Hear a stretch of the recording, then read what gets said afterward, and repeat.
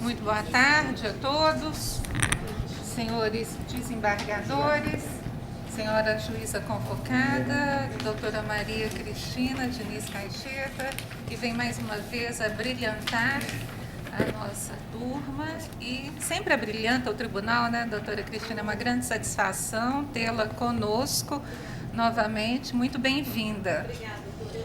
Muito orgulhosa de estar. Senhora Procuradora Representante do Ministério Público, doutora Maísa Gonçalves Ribeiro, que estreia aqui na quarta turma. Muito bem-vinda, é uma satisfação recebê-la. Senhores advogados, senhoras secretárias, senhores servidores, estagiários, senhoras e senhores. Estando na hora aprazada, completo o coro regimental e rogando proteção a Deus, declaro aberta a sessão desta Igreja Quarta Turma do dia 9 de outubro de 2019 e submeto à apreciação dos pares a ata da sessão anterior. Sem divergência, aprovada. Algum registro? Sim, senhora, eu gostaria, inicialmente, de agradecer penhoradamente a nímia gentileza partida da Igreja Turma e subscrita por senhora, cumprimentando meu neto Paulo Henrique, o que foi motivo de alvo de extrema alegria, não só para mim como avô, mas também para minha filha, o genro e os parentes em geral. É realmente uma coisa realmente marcante, histórica, e eu já não estou com a idade tão... Já estou um pouco senil, então eu tenho certeza que um dia... Fala isso não, doutor Paulo, que tem muita gente aqui que vai se sentir também nessa... É isso aí. E ele, apesar de estar com 8 anos, já viu o nome dele na ata lá, ficou também assim, muito emocionado e tudo, e realmente para mim me marcou muito e fico extremamente sensibilizado e agradecido por essa nímia gentileza. Alegria nossa, doutor Paulo, nada a agradecer. Nós aqui ficamos muito satisfeitos e honrados de poder homenagear o seu neto. Muito obrigado. E nos alegramos com a alegria deles também. Muito obrigado. E também, e também dar as boas-vindas, doutora, ratificando as palavras da senhora, deixar claro que a presença da doutora Cristina aqui na quarta turma também já é marcante e ela só faz abrilhantar essa igreja quarta turma, mercê de seus altos incontáveis predicados, que e a juíza disputadíssima em todas as varas aí, em todos os gabinetes. Então, para a gente é uma honra muito grande tê-la aqui. Façam seus registros. Senhora Presidente, eu vou pedir vênia também, vou inicialmente agradecer as boas-vindas da senhora, registrar que é uma alegria imensa retornar à quarta turma, uma turma que eu me sinto realmente em casa, né? Ou seja, na minha casa intelectual, de trabalhar, de compartilhar conhecimento. Então, eu queria agradecer imensamente isso. E as doces palavras do Dr. Paulo, como sempre, muito generosas, eu também agradeço de coração. E também queria dizer a Vossa Excelência que acho que é a primeira oportunidade que eu volto aqui depois do nascimento também. Hoje nós estamos na sessão dos netos, né? Pois é. Então eu queria também agradecer a quarta turma, em especial os integrantes da quarta turma, né? Doutora Paula Cantelli, que gentilmente, né, por meio da SDI, me mandou uma correspondência lindíssima pelo nascimento do Gabriel. A quarta turma, o doutor Paulo, a senhora que é quase como que eu vou dizer, uma vice-avó, né? Lá, não, a senhora não tem cara de avó, não, a senhora é de tia, uma vice-tia, né? A avó sou eu. Mas eu queria, de certa forma, deixar registrado, doutora Paula, muito obrigada pela delicadeza, e quero dizer que os ofícios que vieram da 4ª turma, da SDI e de outras turmas também que nós recebemos com muita gentileza, estão fazendo parte do álbum do Gabriel, sabe? Eles abrem ótima ideia eles mesmo. abrem um álbum do Daniel, eles abrem um álbum do Gabriel como sendo uma deferência muito especial desse tribunal. Então fico muito honrada, até porque tanto eu quanto a mãe, né, fizemos parte do tribunal e nos sentimos muito agradecidas e muito honradas com toda a família, muito agradecida.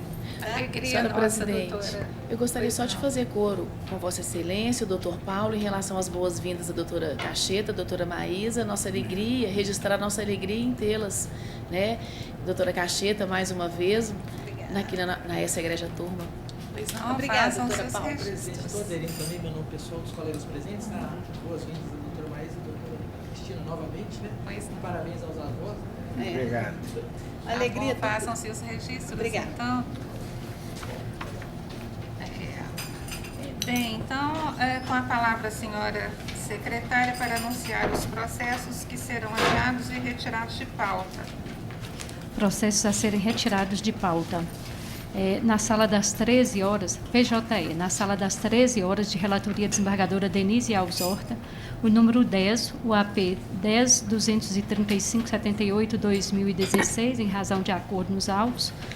Os processos número 14, o ROT 10.294.47/2018, para cumprimento de diligência. Também para cumprimento de diligência, o número 23, o AP 10.592.51/2018. O número 25, o AP 10.686.41/2015. E o número 27, o ROSUM 10.823.75/2018, para cumprimento de diligência. Da sala das 13 horas e 6 minutos, o número 33, o AP 11.651.91/2016, de relatoria desembargadora Paula Oliveira Cantelli, a pedido da eminente desembargadora relatora. Na sala das 13h08, processo de relatoria da juíza convocada Maria Cristina Diniz Caixeta, o número 12, o ROT 10.449.71/2016, a pedido da eminente juíza convocada relatora para sobrestar, e também o número 30, o ROT 11.157.64/2018, de relatoria da juíza convocada Maria Cristina Diniz Caixeta, a seu pedido. Adiar o julgamento do processo número 1, da sala das 13h10, o MPT, o ROT 10.262.93/2017, de relatoria do desembargador Paulo Chaves Corrêa Filho, a pedido da eminente desembargadora Paula Oliveira Cantelli. Muito bem. Senhora presidente, Então, esse parece que vai aguardar. Nós vamos aguardar. esse de relatoria do doutor Paulo Chaves, o número 1, ele fica para a próxima sessão ou ele fica para novembro? Adiar, mas é porque eu não estarei, ou fica para... Eu não estarei na próxima sessão, porque eu entrarei de férias. A próxima... Então, tem que retirar de pauta. Então, exatamente. Porque se eu continuar vinculada a ele, fica para novembro, dia 20 de novembro. Não, então vamos retirar, doutor Paulo, porque aí ele é redistribuído para quem vier substituir a doutora Não, Paula. se for 20 de novembro, para mim mesmo. Não, mas aí fica muito longe. Fica longe, né? É. Tudo bem, doutor? Sem problema. Retirar de pauta? Sem problema. Então seria adiado mesmo. Então seria Seria adiado. Seria adiado e a doutora Custódio... Seria presidente. Retirado de pauta para ser o número 1 do desembargador Paulo Chaves. Nós vamos retirar e Vossa Excelência incluir de novo e a próxima juíza é redistribuído para ela e a doutora Paula não fica vinculada. Tá certo. Né? Se a gente adiar, a doutora Paula vai ficar vinculada.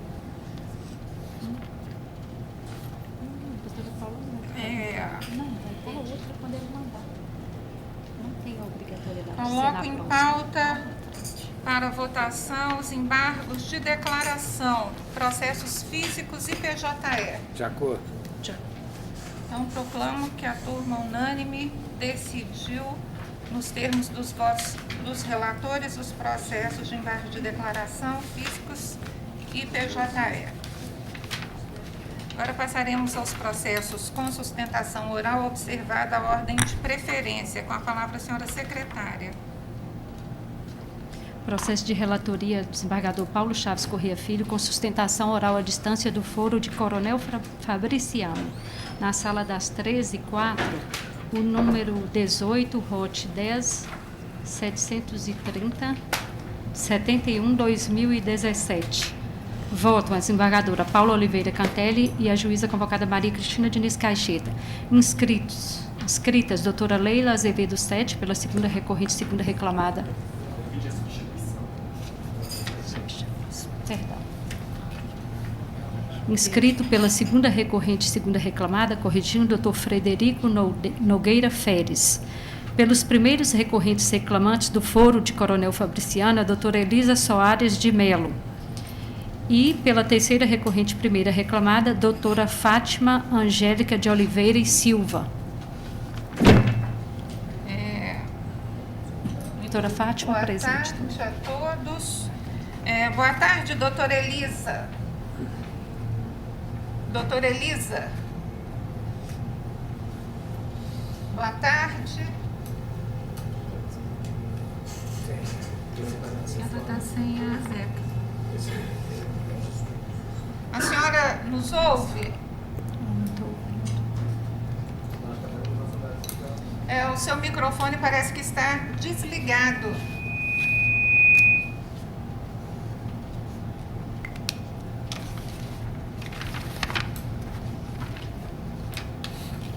Ela está sem a beca.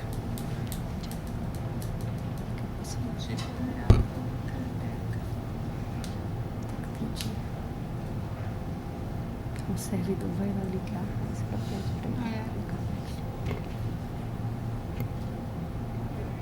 Conseguiu? Ah, pois não. O senhor tem uma beca aí para emprestar para a doutora? Ele vai providenciar. Ele foi buscar a beca para a senhora? Foi. Ah, ok. Foi. Vamos aguardar. Ok. Sim.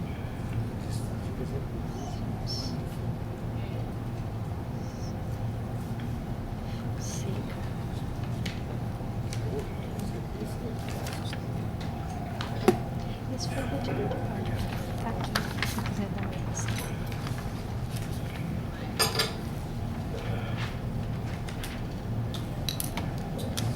Vamos dar início, então, com a palavra o desembargador Paulo Chaves Corrêa Filho. Boa tarde, doutora. Boa tarde, doutor. Permito-me a conclusão. Conheço os recursos interpostos pelas partes. No mérito, rejeito as preliminares suscitadas, nego provimento ao apelo da segunda reclamada e dou parcial provimento ao apelo dos reclamantes e da primeira ré, para excluir da condenação o pagamento de honorários advocatícios sucumbenciais imputados às partes. Tem a palavra, doutora. Não ouvi. Pois não. Repete, por favor, doutor Paulo. Conheço dos recursos interpostos pelas partes. Está escutando, doutor? Ok. No mérito, rejeito as preliminares suscitadas. Ok. Nego provimento ao apelo da segunda reclamada. Ok. E dou parcial provimento ao apelo dos reclamantes e da primeira ré, para excluir da condenação o pagamento de honorários advocatícios sucumbenciais imputados às partes. Tem a palavra, doutora. Ok. Boa tarde, ilustre relator, desembargador Paulo Chaves e demais vogais. Boa tarde aos demais presentes, advogados, promotores. Então, em relação ao processo que estamos hoje aqui discutindo, né, que está sendo julgado, em relação ao recurso, gostaria de ponderar algumas situações em relação, né, aos nossos pedidos pleiteados. Em relação ao dano moral, no qual nós recorremos e pedimos a majoração, em função do valor que foi arbitrado aqui para o doutor juiz, né, da 4ª vara aqui da comarca de Coronel Fabriciano, nós gostaríamos de ponderar em relação ao valor, no que foi suscitado, em relação aos parâmetros que foi utilizado para fazer a condenação. Nós sabemos que o dano moral, diferentemente do dano, o dano material, diferentemente do dano moral, ele tem parâmetros objetivos para ser calculado. Nós indicamos os valores na petição inicial, né, que nós consideramos a expectativa de vida de acordo com a época que nós entramos com a ação de 78 anos e utilizamos o salário base, o qual totalizou, com o FGTS de 8%, o valor de R$1.070.000.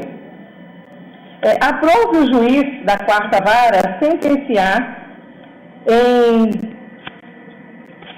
no valor de R$315.000. Ele utilizou parâmetros subjetivos para poder fazer o cálculo, e é onde nós gostaríamos de trabalhar. Porque apesar de ele ter apontado valores objetivos desse cálculo, no qual ele considerou 2/3 do valor pleiteado, ele considerou um valor exorbitante. Mas desconsiderou na situação, de fato, que essa pessoa, né, que teve uma morte proveniente de um acidente do trabalho, a pouca idade e a projeção dessa pessoa também. Nós temos aqui na situação dos cálculos apontados que o doutor chegou no valor de R$624.000, que seria a utilização do salário base multiplicado por 52 anos, que seria da expectativa de vida, né, vezes o salário base de 1.386. Ele não considerou que durante a vida laboral desse profissional, ele poderia, né, galgar altos cargos dentro da empresa, crescer dentro da empresa, poderia estudar, se profissionalizar e com isso poderia ter uma expectativa salarial melhor também. Nós trabalhamos com os fatos que nós tínhamos, com o salário que ele tinha. Nós não trabalhamos com expectativa, né, porque todas as expectativas foram frustradas naquele momento daquele acidente. Então, nós gostaríamos de trabalhar em cima disso dos outros julgadores, porque nós não podemos trabalhar com elementos subjetivos no que diz respeito ao dano material. Nós temos os elementos objetivos para poder trabalhar, que trata-se do salário base, vezes a expectativa de vida do trabalhador. Então, esse ponto eu gostaria de ressaltar no quesito dano material. No quesito dano moral, nós tivemos uma fundamentação baseada no caráter pedagógico e punitivo da indenização. Em sede de petição inicial, nós pleiteamos uma indenização no patamar de R$500.000 a título de dano moral. Nós sabemos que não tem dinheiro que vai aplacar a dor de uma família, que vai diminuir a tristeza, o sofrimento da perda de um filho, da perda de um marido. Mas também nós não podemos considerar o valor, né, de R$210.000 que foi aplicado a título de indenização de dano moral, um valor que seja razoável para poder indenizar essa família que teve essa perda. E muito menos esse caráter pedagógico e punitivo da indenização. Como nós podemos ver, trata-se de empresas, né, com poder aquisitivo altíssimo, com poderio econômico, e empresas também que não investem em segurança e saúde do trabalho. Nós observamos ao longo dessa jornada, ao longo desse processo, que o pagamento de indenização para essas empresas é muito melhor. É porque é muito menos oneroso para elas pagarem indenização quando acontecem essas tragédias do que vir investir em segurança e saúde do trabalho, e vir investir em modernidade nas siderúrgicas, nas plataformas de trabalho deles. Como pode ser demonstrado por meio do recurso, nós apontamos diversos acidentes que ocorreram posteriormente a esse, Ou seja, infelizmente, o trabalhador ele se transforma em números para essas empresas, somente para estatísticas, porque realmente elas não estão preocupadas em investir, em cuidar, em modernizar o local de trabalho para transformar esse local de trabalho em um ambiente melhor para o trabalhador. Então, com base no caráter pedagógico e punitivo da indenização de dano moral, nós pleiteamos o aumento no patamar solicitado, R$500 mil a título de indenização, levando em consideração o desprezo dessas usinas no que diz respeito ao trabalhador, à saúde, à integridade física desses trabalhadores. Como podemos ver, nós apontamos 4 acidentes posteriores a esse, acidentes com vítimas fatais, apenas um acidente não teve vítima fatal. Quem conhece a planta da Gerdau sabe-se que trata-se de uma usina velha, uma usina que não tem investimentos, uma usina que não se moderniza. Então, nós precisamos de realmente punir essas indústrias, essas empresas. É necessário que seja punido de fato, para que o trabalhador, a vida do trabalhador, não vire mera estatística, não vire mero número, quando for ter reunião de seus líderes, da presidência, como nós tivemos acidente fatal, nós não tivemos acidente fatal no ano tal. Então, é necessário que realmente seja imputada a eles uma penalidade.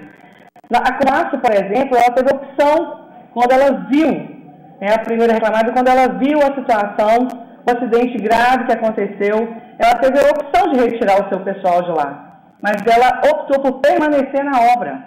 E com isso, 9 meses depois, nós tivemos outro acidente gravíssimo envolvendo o seu pessoal. Então, nós podemos ver que tudo em relação a essas empresas gira em torno do capital, dos lucros que serão oferidos no final de uma obra. E muito menos a preocupação com a saúde e a integridade física dos trabalhadores. Então, nós pugnamos pela aplicação de fato do caráter pedagógico e punitivo da indenização, majorando o valor de R$210 mil para R$500 mil.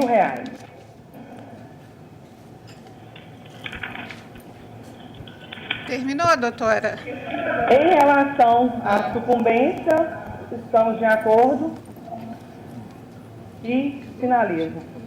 Pois não. Pois não. Ainda há mais advogados. Ok. Terminou então, né, doutora? Obrigada. Sim. Agora, então, com a palavra, o advogado do escritório da doutora Leila.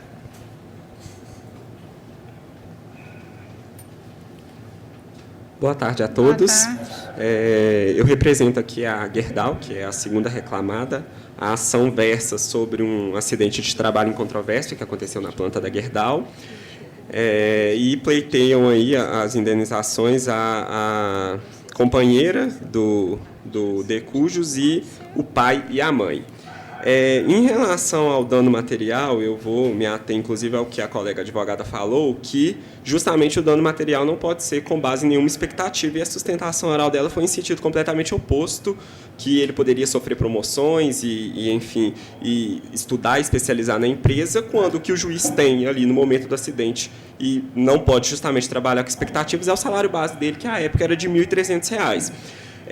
O valor de R$1 milhão que foi proposto aí e que é pedido no recurso, ele é considerado o valor cheio, digamos, 100% do salário dele, com a expectativa de vida, e ainda a expectativa de vida errada, porque à época do acidente a expectativa de vida era de 75 anos, que foi considerada pelo magistrado, e não de 78, como é apontado no recurso.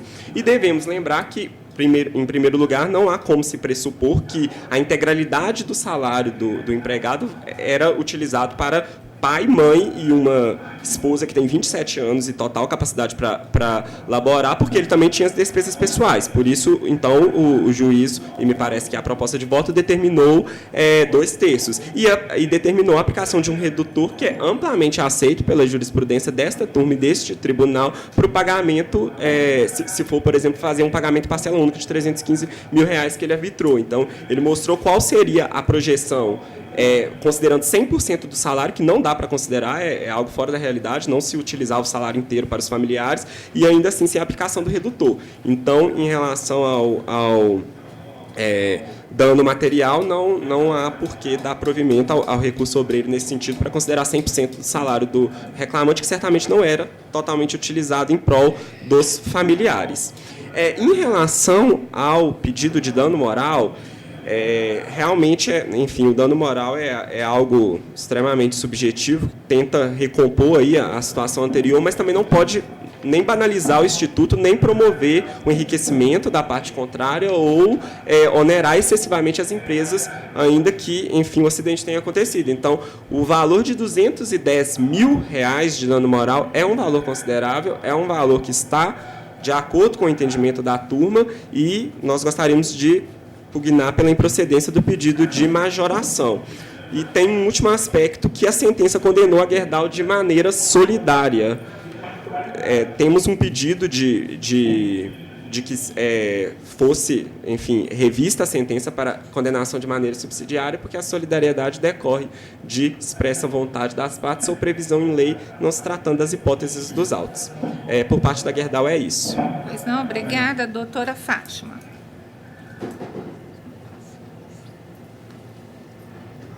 Boa tarde a todos. Eu vou apontar aqui, fazer algumas observações importantes. A primeira coisa que eu gostaria de falar é sobre a ilegitimidade ativa do espólio. O espólio, ele é um ente despersonalizado, ao qual se confere a personalidade jurídica para que possa estar em juízo e pleitear direitos patrimoniais transmissíveis, nos termos do artigo 1784 do Código Civil. No caso do acidente de trabalho fatal, caso os familiares ou dependentes se sintam lesados, devem buscar a reparação em nome próprio e não por meio do espólio, pois este não detém legitimidade ativa para esse tipo de ação. No mais, sequer há nos autos comprovante de que um dos supostos herdeiros seja o inventariante do de cujus. O espólio, ele, de forma cristalina, se apresenta como parte ilegítima nesta ação para propor a presente ação. Um outro ponto é sobre a ilegitimidade ativa da autora Franciele Moreira, a suposta viúva. De registrar que, na inicial, a recorrida Franciele apenas disse ser viúva do de cujus, não informando na exordial sua suposta condição de união estável, nem mesmo requerendo tal reconhecimento na referida ação, apenas trazendo referida informação no curso do processo. Não cabe à Justiça do Trabalho julgar e reconhecer a união estável entre o de cujus e a recorrida Franciele. Assim, não tendo se utilizado da ação própria para o reconhecimento da suposta relação, não há que se reconhecer no presente feito, inexistindo prova cabal e suficiente nos autos nesse sentido. Assim, deve ser reconhecida a incompetência dessa especializada para referida julgamento e reconhecimento. Ademais, ao contrário do alegado pela suposta viúva, verifica-se pelos documentos cadastrais do reclamante junto à empresa, ora anexados, que o mesmo se declarou solteiro, inclusive para fins de imposto de renda e seguro de vida. A autora sequer trouxe nos autos qualquer prova de que residia no mesmo endereço que o de cujus, ou de que dele dependia financeiramente. Nem mesmo comprovou nos autos a obtenção de pensão perante a autarquia previdenciária. No mais, o mero relacionamento amoroso ou afetivo para com de cujus, ainda que seja entendimento dos nobres julgados, ainda assim restará caracterizada sua ilegitimidade ativa por não se tratar de viúva ou dependente do mesmo. Há de verificar que a suposta viúva Franciele Moreira declara na inicial residir no mesmo endereço dos pais do de cujus, na rua Manhuaçu, número 238, bairro Tiradentes, na cidade de Ipatinga, Minas Gerais. No entanto, pelos documentos cadastrais assinados pelo falecido e o próprio teor do atestado de óbito, verifica-se que o obreiro residiu em local diverso, qual seja, Rua Guajajaras, 259B, bairro Iguaçu, Ipatinga, Minas Gerais. Lado outro, conforme TRCT em anexo, diante da inexistência de filhos, tendo de cujus falecido na condição de solteiro, as verbas rescisórias foram quitadas em favor dos pais. há de se registrar que os únicos beneficiários do seguro de vida foram seus pais, por opção do próprio decujus, o que demonstra maior consideração e proximidade aos pais, tanto que assim pretendeu apenas beneficiá-los em eventual sinistro. Sobre a ausência da imparcialidade da testemunha ouvida a requerimento dos reclamantes. Patente o vício no depoimento da testemunha ouvida a requerimento dos autores, que claramente demonstrou interesse em ajudar os recorridos, declarando expressamente que sabe desses dados por amizade, tendo tentado se retratar posteriormente, o que não se pode permitir em patente ato de má-fé. Como poderia a testemunha saber de tantos detalhes, inclusive íntimos, da suposta união estável e o vínculo familiar, sem ser amiga dos recorridos? Do acidente de trabalho e a ausência de culpa e dolo.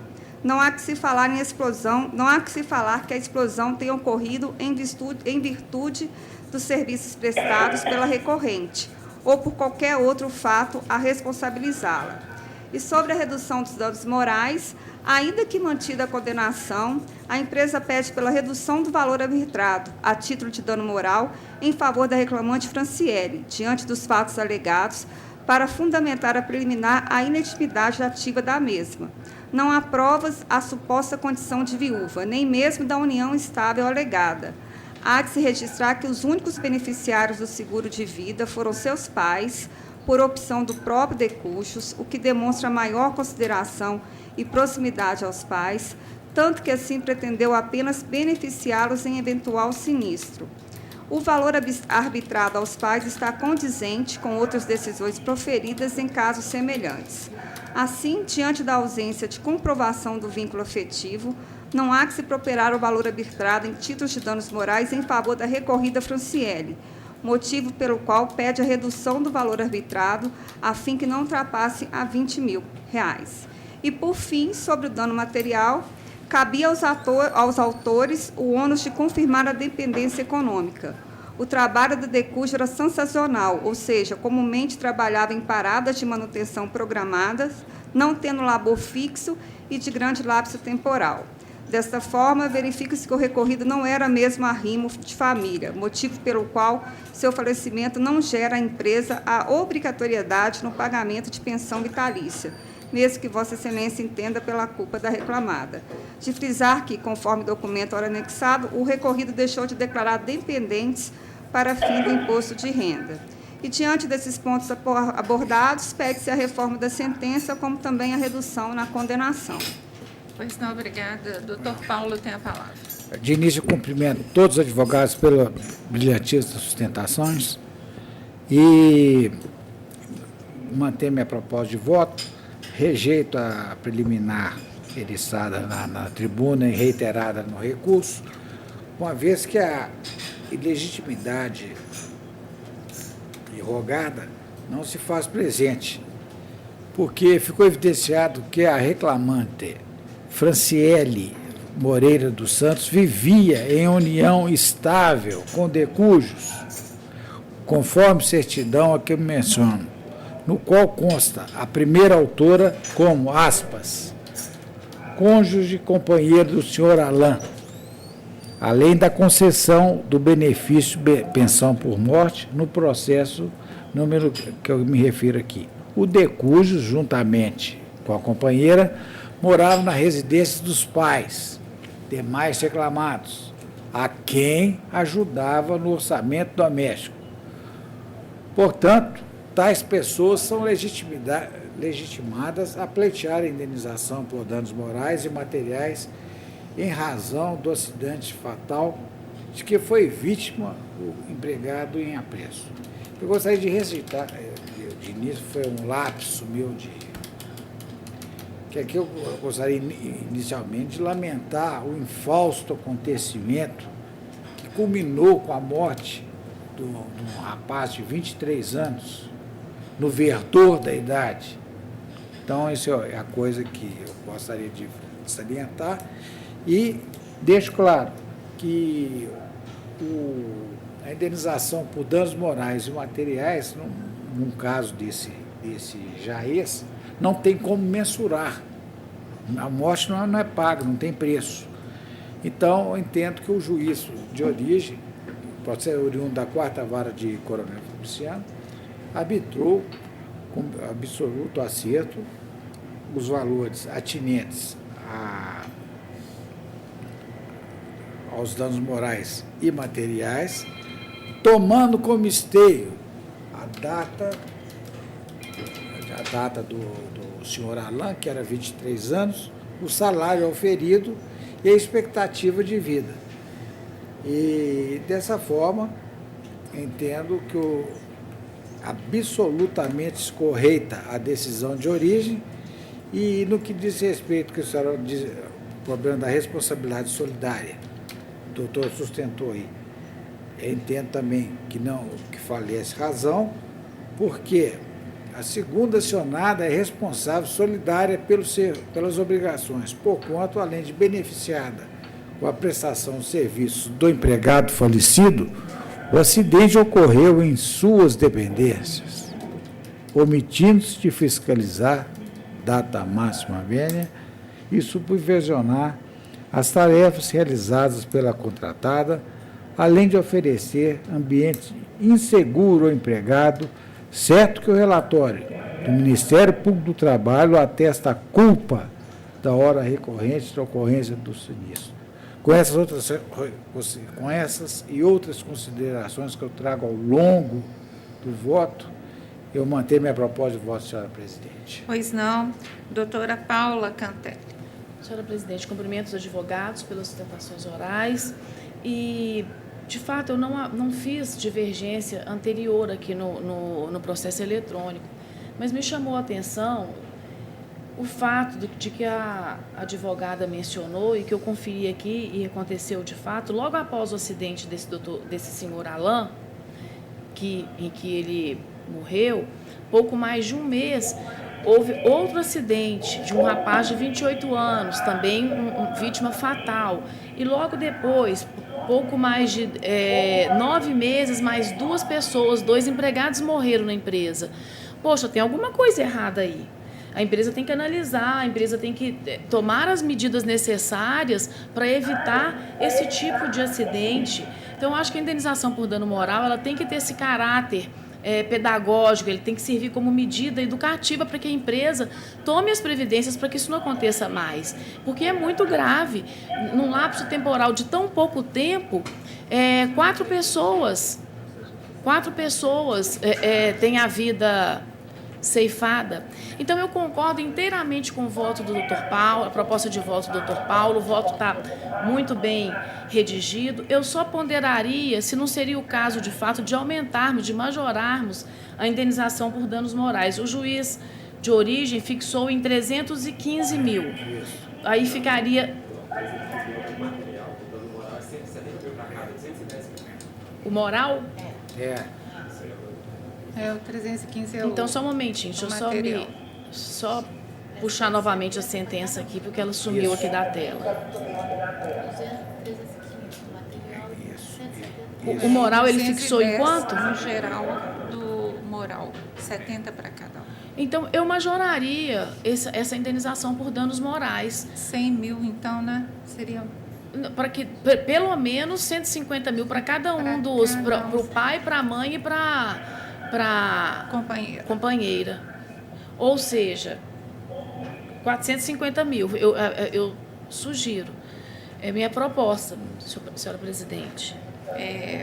E nos materiais, então, eu concordo inteiramente com o cálculo, como o doutor Paulo falou, está tudo... Ok, seria só no moral mesmo. Doutora Maria Cristina.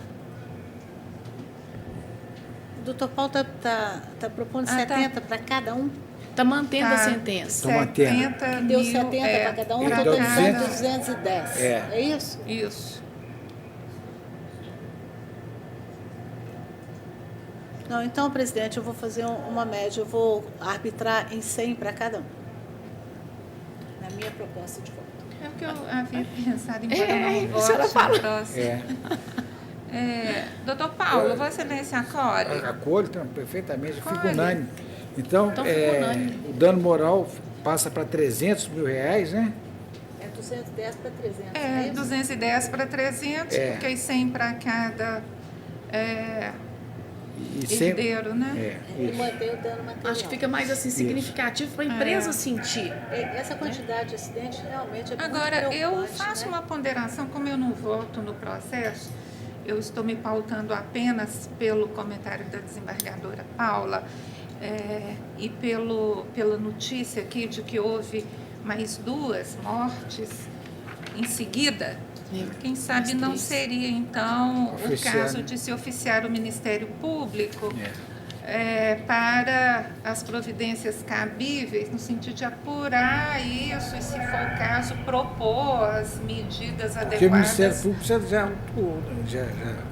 já oficiou, né? Mas aí seria para tomar as providências cabíveis, enviando cópia do processado. Eu gostaria de requerer, excelência. Pois não. Então, o Ministério Público requer que se envie, então, cópia do processado para análise detida e providências cabíveis, se for o caso, tendo em vista a notícia de outras mortes na sequência do óbito do trabalhador que originou o presente feito. Então, eu proclamo que prevalece o voto do relator na integralidade, mas com o acréscimo de que a indenização por danos morais se dará no percentual de R$100 mil para cada autor, né? Beneficiário. E assim se decide. Obrigada.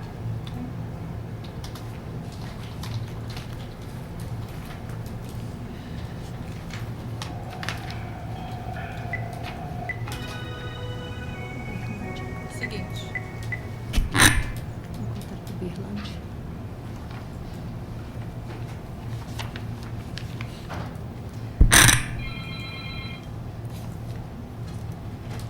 Processo de relatoria da juíza convocada Maria Cristina Diniz Caixeta com sustentação oral à distância do Foro de Uberlândia, número 35 da Sala das 13h08, o ROT 11.324/98/2016. Votam a desembargadora Denise Alves Horta e o desembargador Paulo Chaves Corrêa Filho. Inscrita a doutora Vanessa Dias Lemos Rebelo, pelos primeiros recorrentes reclamados. Presente. Boa tarde, doutora. Boa tarde. Tem a palavra a doutora Maria Cristina.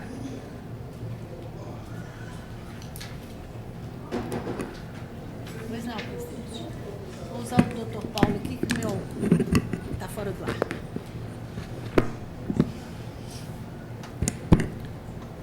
Pois não, presidente. Eu estou rejeitando a preliminar de deserção, arguída no recurso da 4ª reclamada, arguição feita pelo reclamante em contra-razões e, por consequência, conheço dos recursos. No mérito, nego o provimento ao recurso do autor e dou parcial provimento ao recurso dos reclamados para, em juízo de retratação, afastar a ilicitude da relação jurídica estabelecida entre os reclamados, antes reconhecida por essa egrégia turma, absolvendo-os da condenação de forma a pagar, de fazer e pagar daí decorrentes, que lhe foram impostas em 1º grau, ficando restabelecida a sentença constante do IDEE 76207 quanto à improcedência dos pedidos iniciais. Em consequência, resta prejudicado o exame do restante do mérito do apelo dos reclamados, inverto os ônus de sucumbência, custas a cargo do autor, sendo isento porque beneficiário da justiça gratuita. Os réus poderão pleitear pela via própria a devolução das custas processuais recolhidas após o trânsito em julgado dessa decisão. É como voto, presidente. Pois não, aguarda eventual divergência, doutora? Sim, por favor. Não há divergência cadastrada, então a turma decidiu unânime nos termos do voto da relatora. Obrigada. Ok, peço apenas para constar meu nome na ata de julgamento. Pois não, obrigada. faça seu registro.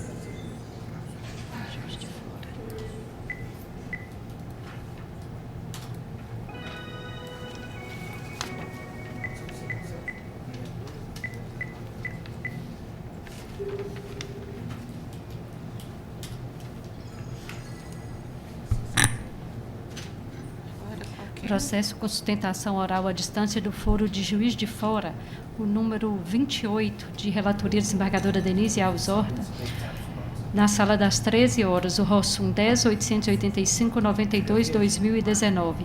Votam desembargador Paulo Chaves Corrêa Filho, desembargadora Paula Oliveira Cantelli. Inscritas a doutora Isabela Aparecida da Silva e a doutora Júnia Fernanda Dourado Cimino, pelo recorrente reclamante do foro de Juiz de Fora. Boa tarde, doutora. Boa tarde. Vou direto à conclusão. Ok. Conheço do recurso interposto pelo autor.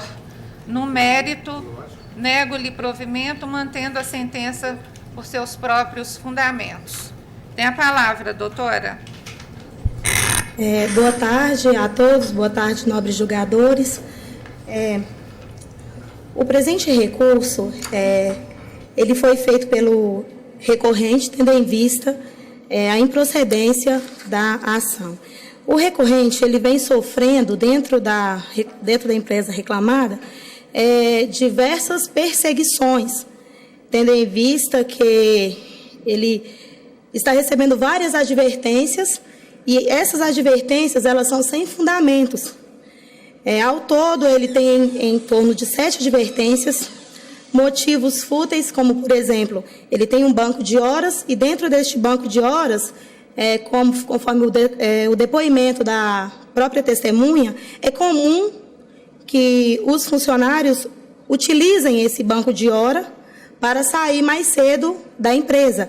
E todas as vezes que o recorrente usa essa opção de sair mais cedo, ele, no dia seguinte, ele recebe uma advertência como se não ele estivesse cometendo algum erro grave.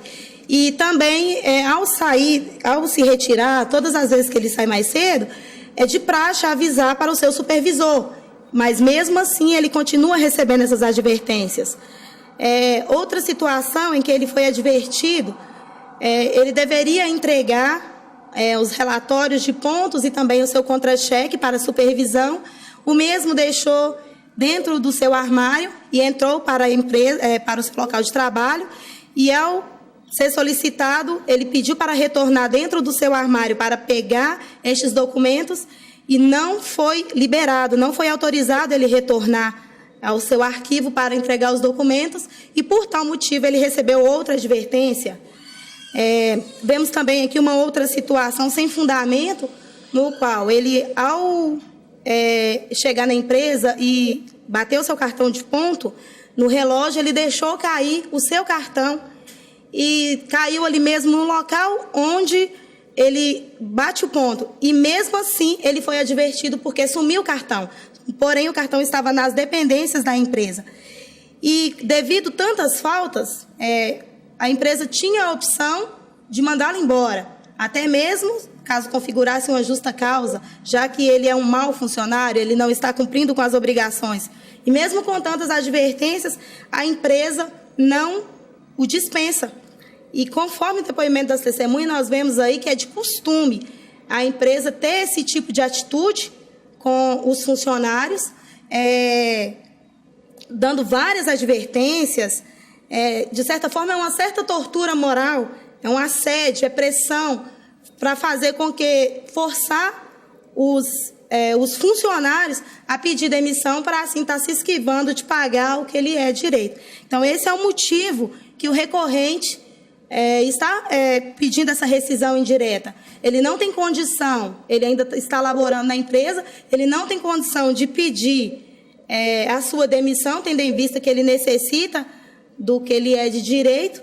Então, ele não tem condição de pedir uma demissão direta e, por isso, ele está pleiteando essa rescisão indireta. Sem mais.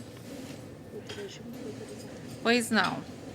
Então, a senhora é a doutora? Júnia. Júnia. Pois não, doutora Júnia. Muito obrigada.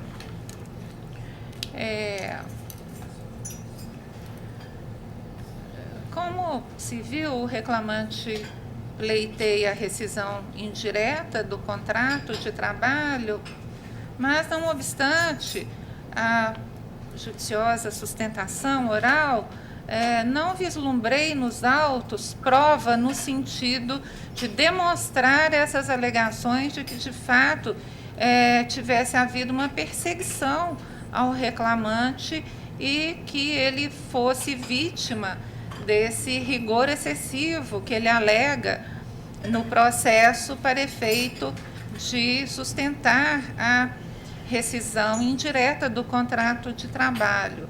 Então, eu entendi que a empresa se utilizou razoavelmente, da forma como lhe é garantido o exercício do seu poder disciplinar, aplicou as penalidades ao reclamante e, portanto, satisfatoriamente, irrazoavelmente, sem qualquer excesso, e assim não há que se falar em rescisão indireta. Então, eu estou, como dito inicialmente, negando o provimento. Doutor Paulo. Doutora Paula. Senhora presidente, também analisei detidamente os autos e não vi nenhum motivo para justa causa patronal. Eu acompanho o voto de Vossa Excelência. Unânime, então, doutora, nos termos do voto da relatora. Tá, Seguinte, ok, muito obrigada. Processo de relatoria desembargadora Denise Alves Horta com sustentação oral à distância e também do foro de Juiz de Fora. O 31 da sala das 13 horas, o ROT 11.315.18/2017. Votam o desembargador Paulo Chaves Corrêa Filho e a desembargadora Paula Oliveira Cantelli. Inscritos, Dr. Manuel Emídio Moreira Lima e Dr. Dói Fernandes Neves pela recorrida reclamante do foro de Juiz de Fora. Parece que não há questão. Achei que não. Boa tarde, doutor. Boa tarde. O nome do senhor? É Joy. Doutor Joy. Pois não, doutor. Passarei direto à conclusão. Conheço do recurso, no mérito, nego-lhe provimento. Aguardaria o primeiro voto divergente? Por favor. Pois não. A divergência? Não, senhor. Não, de acordo. Unânime, então, doutor, nos termos do voto da relatora. Que eu vou ler. Não, conheço e nego. Então, assim se decide. Muito obrigada. Obrigado. Processo, doutor Paulo de Carandaí. Processo de relatoria do desembargador Paulo Chaves Corrêa Filho, com preferência para a advogada da cidade de Carandaí, o número 25 da sala das 13h04, o ROT 10.994/38/2017. Votam a desembargadora Paula Oliveira Cantelli e a juíza convocada Maria Cristina Diniz Caixeta, inscrita a doutora Daniela Fátima Medeiros Lino Ferreira, pelo segundo recorrente reclamante em recurso adesivo. Boa tarde, doutora. É 10994, né? É o 25. 10.994/38, sim. Boa tarde, doutor. Doutor Paulo Chaves. Pois não, permite a conclusão. O voto é meio longo. Conheço os recursos ordinários e adesivo, e no mérito dou parcial provimento ao recurso ordinário da reclamada para excluir da condenação o pagamento de horas extras excedentes da 8ª hora diária ou 44ª semanal e de 1 hora extra diária referente ao intervalo intrajornada. Nego provimento ao recurso adesivo, reduz o valor da condenação para R$50 mil, com as custas pela reclamada, no importe de R$1.000, que fica autorizada a reaver o valor pago a maior pela via administrativa na forma usual. Pois não, tem a palavra. Sim. Boa tarde a todos os presentes, de modo especial aos componentes desta egrégia turma. Na oportunidade, represento o reclamante, ora, recorrido do recurso ordinário interposto pela empresa Cimento Tupi. Estou representando o reclamante Ademilton Carlos Simões. De início, em breve síntese fática, eu gostaria de expor aos nobres colegas que o reclamante ele elaborou como motorista na empresa Cimento Tupi, cujo contrato de trabalho atualmente permanece suspenso em razão de uma doença ocupacional que o acometeu, em razão de labor extraordinário. Ele está padecido com uma doença incapacitante em sua coluna. A empresa reclamada, ela alega que o labor do empregado seria realizado como forma de trabalho externo, o que venho encarecidamente rebater este trabalho de forma externa, já que nos próprios autos constam inúmeras partes diárias, que são controles, né, também conhecidos como diário de bordo, em que comprovam esse controle das jornadas de trabalho em que ele era submetido. Tem, inclusive, fiscalização da empresa quanto a isto, e também são documentos que eram entregues diariamente à empregadora, né? Então, que comprovam o seu controle de jornada. Assim também, a prova oral produzida, ela corrobora a documentação apresentada, deixando claro o controle de jornada realizado. Então, venho pedindo para que seja mantida inalterada a sentença com relação ao recurso interposto pela reclamada Cimento Tupi, que seja negado provimento, e ainda, aproveitando para argumentar com relação ao recurso adesivo interposto pelo reclamante Ademilton, pugnamos pela concessão do adicional quanto ao intervalo de 30 minutos a cada 6 horas que ele foi suprimido, e também pedindo também a aplicação quanto à condenação dos honorários de sucumbência por serem norma de aplicação imediata. Agradeço a vocês. Pois não, doutor Paulo. Início, cumprimenta a eminente patrona pelo brilhantismo da sustentação. E o caso aqui é o seguinte: eu entendi que o processo é oriundo de Barbacena, e eu reputei aqui que o julgamento foi ultra petita. Conforme disposto nos artigos 141 e 492 do CPC, o juiz decidirá o mérito nos limites propostos pelas partes, sendo vedado conhecer de questões não suscitadas a cujo respeito a lei exige iniciativa da parte, bem assim, condenar a parte em valor superior ou em objeto diverso do que lhe foi demandado. Dessa forma, constatado que a sentença se afasta dos limites da demanda, impõe-se excluída a condenação ao excesso verificado. Por isso, eu estou dando provimento para excluir da condenação pagamento de horas extras excedendo a 8ª diária ou 44ª semanal. E agora, no que diz respeito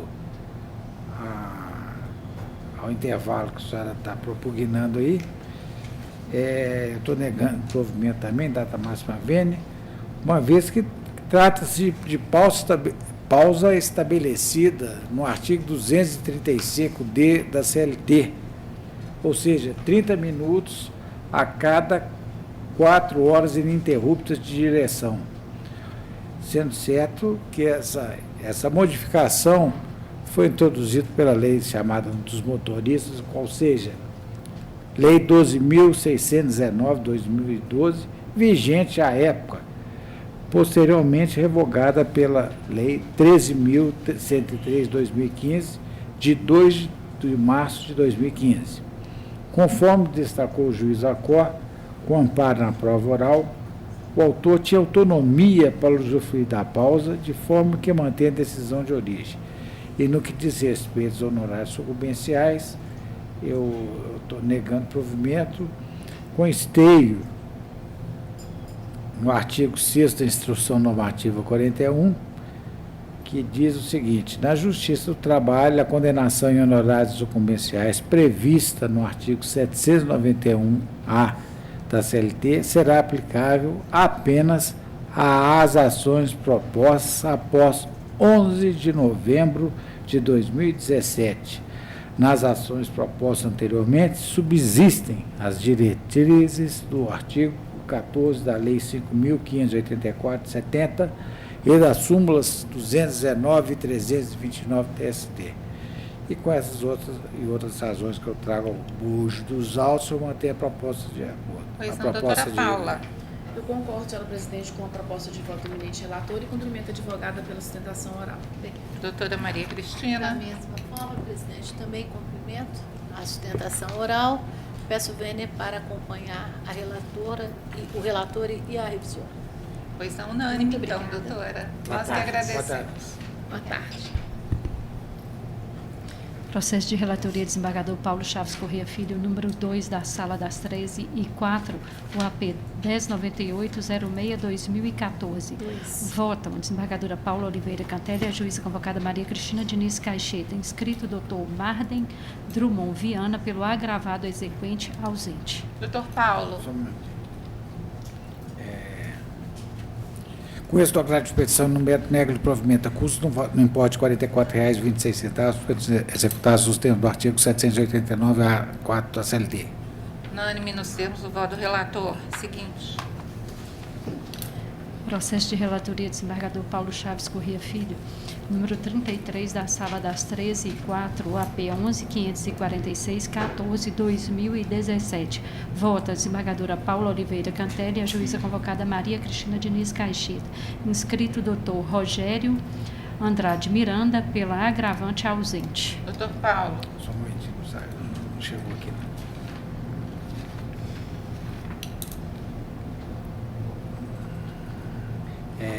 Permite a conclusão, com êxito agravo interposto, o mérito negro de provimento, custo pelo executado do valor de R$ 44,26, na forma do artigo 789, 4 da CLT. Unânime. Seguinte. Processo de relatoria, desembargadora Denise Alves Horta, na Sala das 13 horas, o 38, o ROT 11.972-97-2016. Volta o desembargador Paulo Chaves Corrêa Filho e a desembargadora Paula Oliveira Cantelli. Inscrito o doutor Marcos Vinícius da Silva Fonseca, pela recorrida primeira reclamada presente.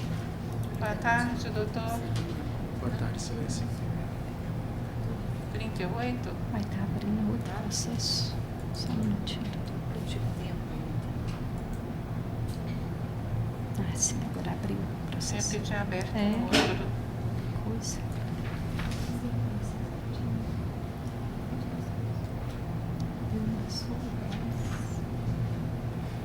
Direto à conclusão, doutor. Boa tarde.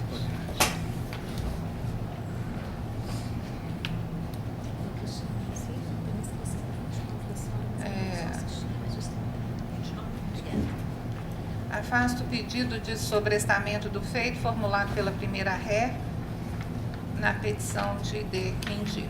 Conheço do recurso do autor. No mérito, dou-lhe parcial provimento para condenar a VIX Logística S.A., primeira reclamada, ao pagamento. Primeiro, no período de 26/1/2015 até o desligamento de horas extras, assim consideradas as excedentes à cesta diária, conforme se apurar pelos cartões de ponto, acrescidas do adicional convencional, nos moldes estipulados nas normas coletivas da categoria, ou na sua falta legal, observadas a evolução salarial do obreiro, a súmula 60, item 1, 264 e OJ 97 da SDI 1, todos do TST, bem como o divisor 180, redução ficta da hora noturna, com os respectivos reflexos em repouso, aviso prévio, férias com texto, 13º salários e FGTS com 40%. Fica autorizada a dedução dos valores pagos ao mesmo título no período. 2. Em dobro dos feriados não compensados com folga extra, considerando-se a escala 4/1, conforme restar apurado nos cartões de ponto, com reflexos no 13º salário, férias com terço, aviso prévio e FGTS, mais 40%. 3. De diferenças de adicional noturno, a fim de que este seja quitado à razão de 20% do total das parcelas de natureza salarial, quanto às horas prorrogadas após as 5 horas, conforme se apurar dos registros apresentados à colação, e por habituais com reflexos iguais aos retrodeferidos.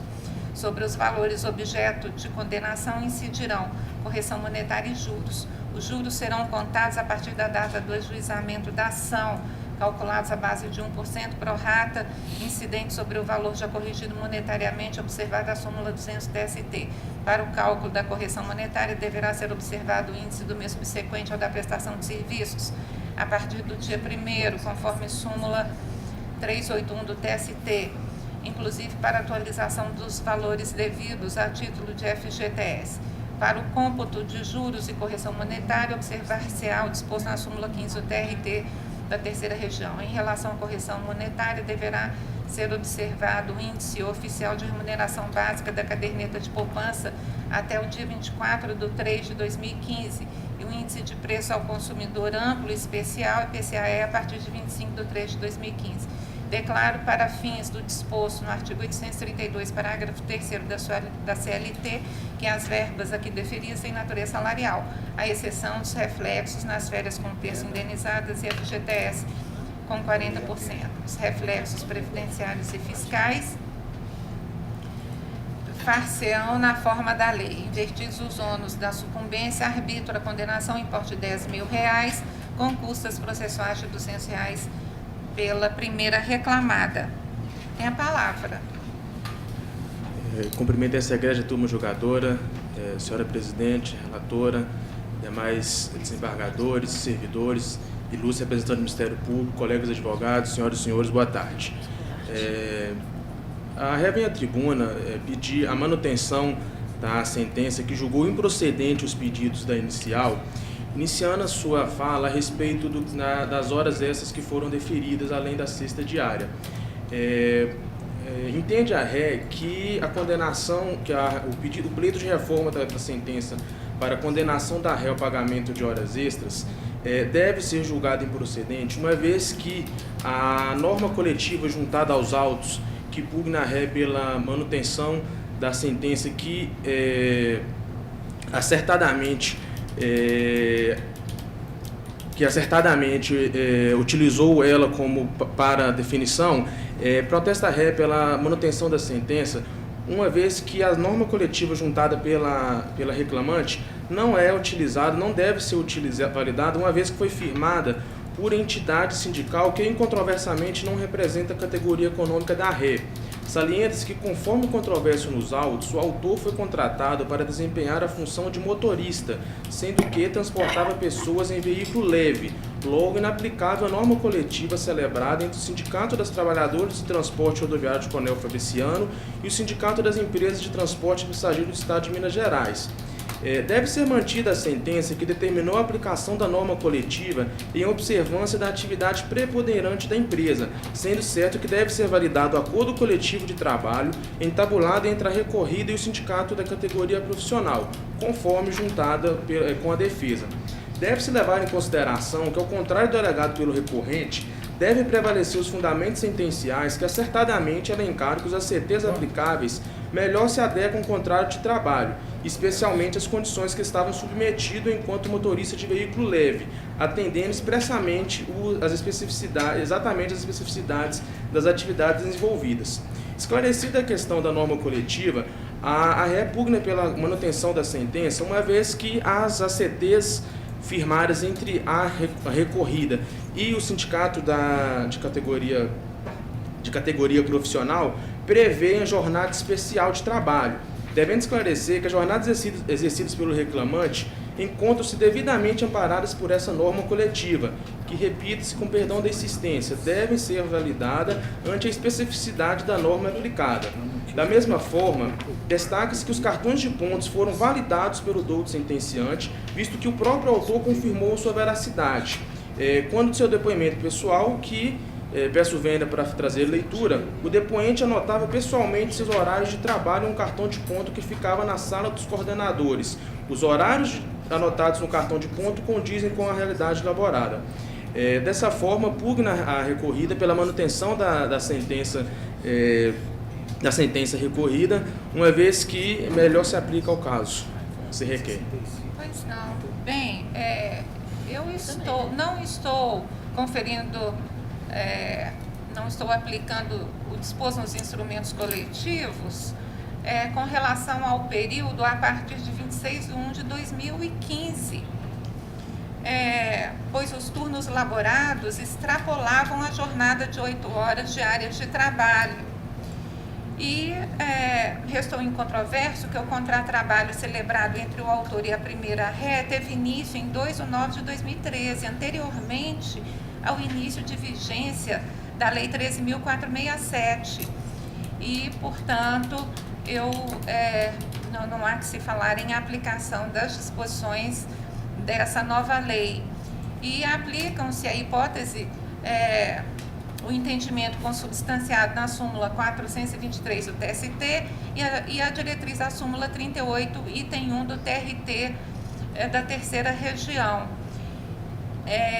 E ainda eu registro que esse verbete, ele vai ao encontro da disposição, ou está em sintonia com a disposição contida no artigo 59 caput da CLT, que em sua redação dada pela própria Lei 13.467 de 2017, determina que a duração diária do trabalho poderá ser acrescida de horas extraordinárias em número não excedente de 2, por acordo individual, convenção coletiva ou acordo coletivo de trabalho, que não foi o caso. Então, considerando a interpretação sistêmica de modo a harmonizar os comandos dos aludidos dispositivos seletistas, conduz à conclusão de que a pactuação coletiva prevista no artigo 611-A, item 1 da CLT, pode autorizar a compensação de jornada, mas somente dentro do limite disposto pelo artigo 59 caput da CLT. Então, diante disso, eu estou entendendo que não há dissonância neste entendimento, e eu estou entendendo também que houve essa prorrogação irregular, então, com base nisto, eu estou provendo recurso determinando que se adeque a sentença para que a reclamada seja condenada ao pagamento das horas extras que ora estou deferindo, e mantenho, por conta disso, os demais provimentos deferidos na presente proposta de voto. Doutor Paulo. De pleno acordo, doutora. Doutora Paula. De pleno acordo também, documento de advogado para você. Isso aí. Nárime, então, doutor. Boa tarde, bom trabalho a todos. Boa tarde.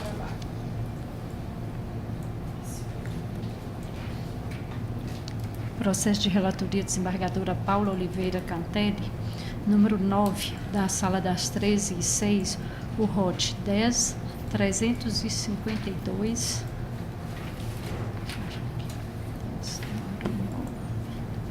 10.352, 26/2019. Votam a juíza convocada Maria Cristina Diniz Caixeta, desembargadora Denise Alves Horta, inscrito Dr. William José Mendes de Souza Fontes, pela segunda recorrente e reclamante ausente.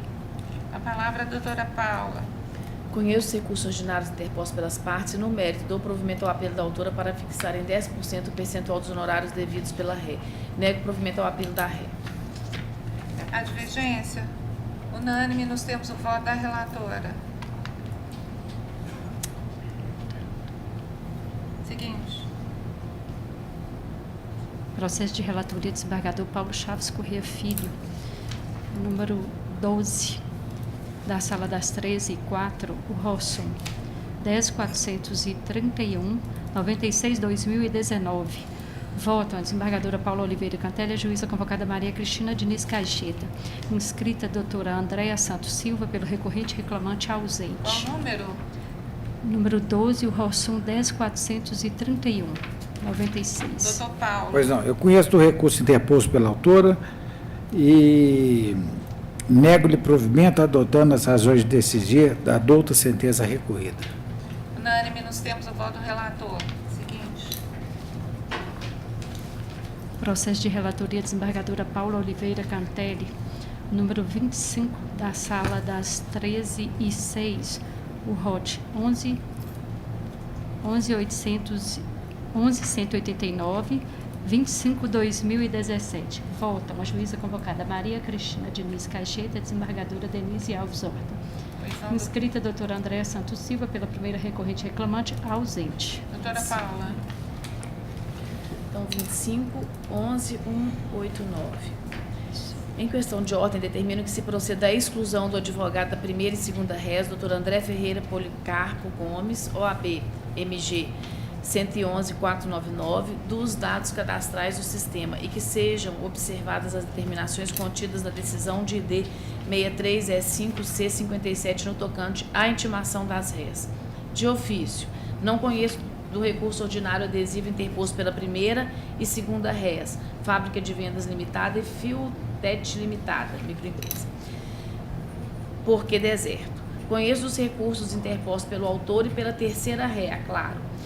S.A. Deixo de conhecer do recurso da terceira ré no tocante à aplicação das multas previstas nos artigos 467 e 477, parágrafo 8º, ambos da CLT, por falta de interesse recursal. No mérito, dou parcial provimento ao recurso da terceira ré para declarar prescritos os créditos trabalhistas com exigibilidade anterior a 8 de agosto de 2012. Dou parcial provimento ao recurso do autor para deferir-lhe os benefícios da justiça gratuita, acrescer a condenação ao pagamento da indenização pelas despesas com a manutenção e desgaste do veículo de R$ 400 e despesas realizadas para aquisição de combustível R$ 500, no total de R$ 900 mensais, por todo o período contratual imprescrito. Acrescer a condenação o valor de R$ 150 mensais a título de indenização pela propaganda exposta no veículo particular do autor, por todo o período contratual imprescrito. Determinar que a atualização monetária seja feita com base na TRD até 24 de 3 de 2015 e com base no IPCA-E a partir de 25 de 3 de 2015, sobre as parcelas deferidas em cinza e juros de mora na forma da sentença de origem e correção monetária conforme determinado neste julgado. Majora o valor da condenação para R$ 120 mil, sendo devidas custas processuais pelas réis no importe de R$ 2.400. É a conclusão. Pois não, parece que a doutora Maria Cristina vai ficar vencida na divergência que fez, não é isso, doutora Maria? Só na questão da indenização da propaganda de veículo, o resto eu acompanho integralmente.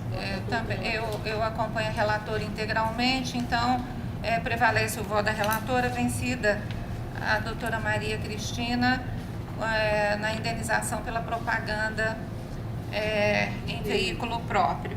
Assim se decide. Seguinte. Processo de relatoria desembargadora Paula Oliveira Cantelli, número 6, da Sala das 13h06, UAP 10.257/82, 2019. Votam a juíza convocada Maria Cristina Diniz Caixeta, a desembargadora Denise Alves Horta. Inscrito doutor Leonardo Augusto Bueno, pela agravada embargada exequente ausente. Doutora Paula.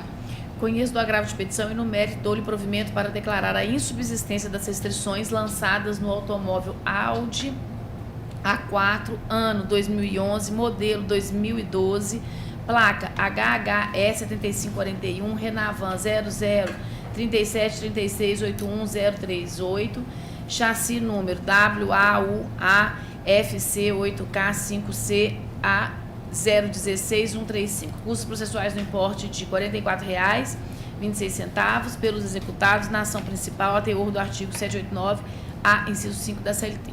Unânime nos termos do voto da relatora. Seguinte. Processo de relatoria desembargadora Denise Alves Horta, número 37, da Sala das 13 horas, o ROSUM 11.839.04/2017. Votam desembargador Paulo Chaves Corrêa Filho, desembargadora Paula Oliveira Cantelli. Inscrito doutor Leonardo Augusto Bueno, pela primeira recorrente, segunda reclamada ausente.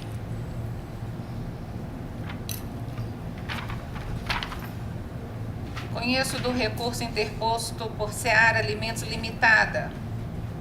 Não conheço do item relativo às horas extras e reflexos por ausência de dialeticidade. No mérito, nego provimento ao recurso, mantendo a sentença pelos seus próprios e jurídicos fundamentos. Há divergência? Não, senhora. Unânime nos termos do voto da relatora. Seguinte.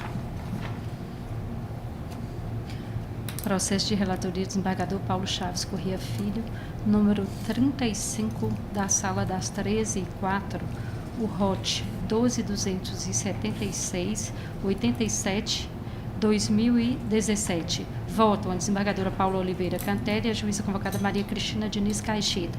Inscrita a doutora Cristiane Pereira e outros pelo primeiro recorrente reclamante ausentes. Doutor Paulo. Só um momentinho. Permite minha conclusão.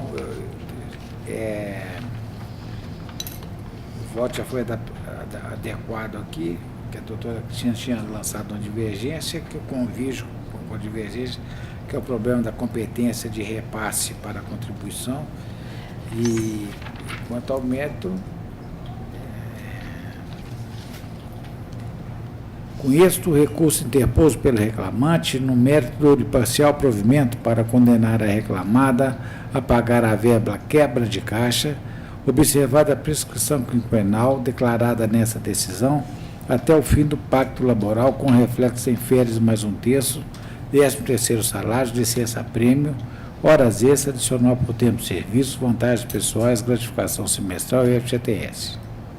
Conheço também do recurso deposto pela reclamada, exceção das preliminares de prestação total das comissões de agenciamento e de denunciação da lide, bem assim o pedido de compensação e no mérito nego-lhe provimento. Declaro para os fins do artigo 832 da CLT que a verba tem nessa natureza salarial, a exceção dos reflexos em férias mais um terço e FGTS mais 40%.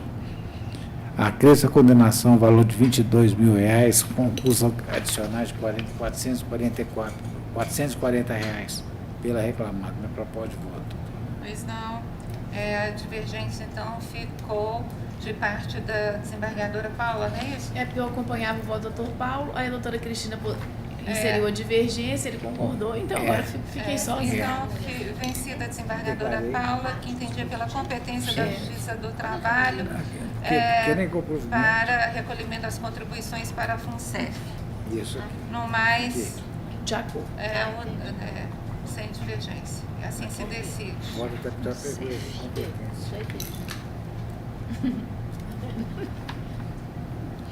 Processo de relatoria do desembargador Paulo Chaves Corrêa Filho, número 13, da sala das 13h04, o ROT 10.432.28/2019. Votam a desembargadora Paula Oliveira Cantelli, a juíza convocada Maria Cristina Diniz Caixeta, inscrita a doutora Lara Piau Vieira, pela primeira recorrente reclamada, ausente. Doutor Paulo.